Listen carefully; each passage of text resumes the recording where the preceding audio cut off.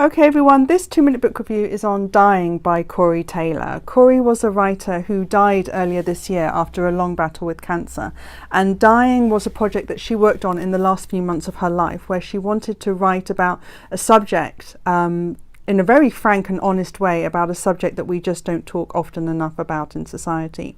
So there are parts of this moment which are really frank and direct, where Cory talks about the kind of questions and fears that we would have if we were in her shoes. You know, what is she scared of? What is she frightened of about the unknown? Does she have any regrets? But then Cory also goes on to talk about events in her life, hence the subtitle, a memoir.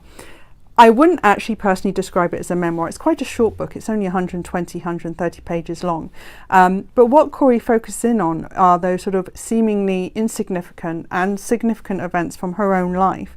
And it kind of appeared to me almost like the narrative version of, you know how people talk about how those events that meant the most to you flash through your mind just before you die. It felt like the narrative equivalent of that. And it gives the book a really beautiful poetry to it. It's very beautiful, the last stages of this book.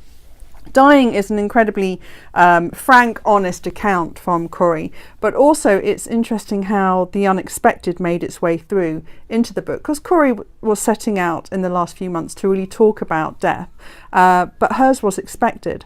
And as she was writing this, the biographer that she was working with at the time died unexpectedly from a massive stroke. And so it was interesting for Cory to reflect on which situation was best, worse, and does it even matter? Is it better to know that you're dying or better to just disappear?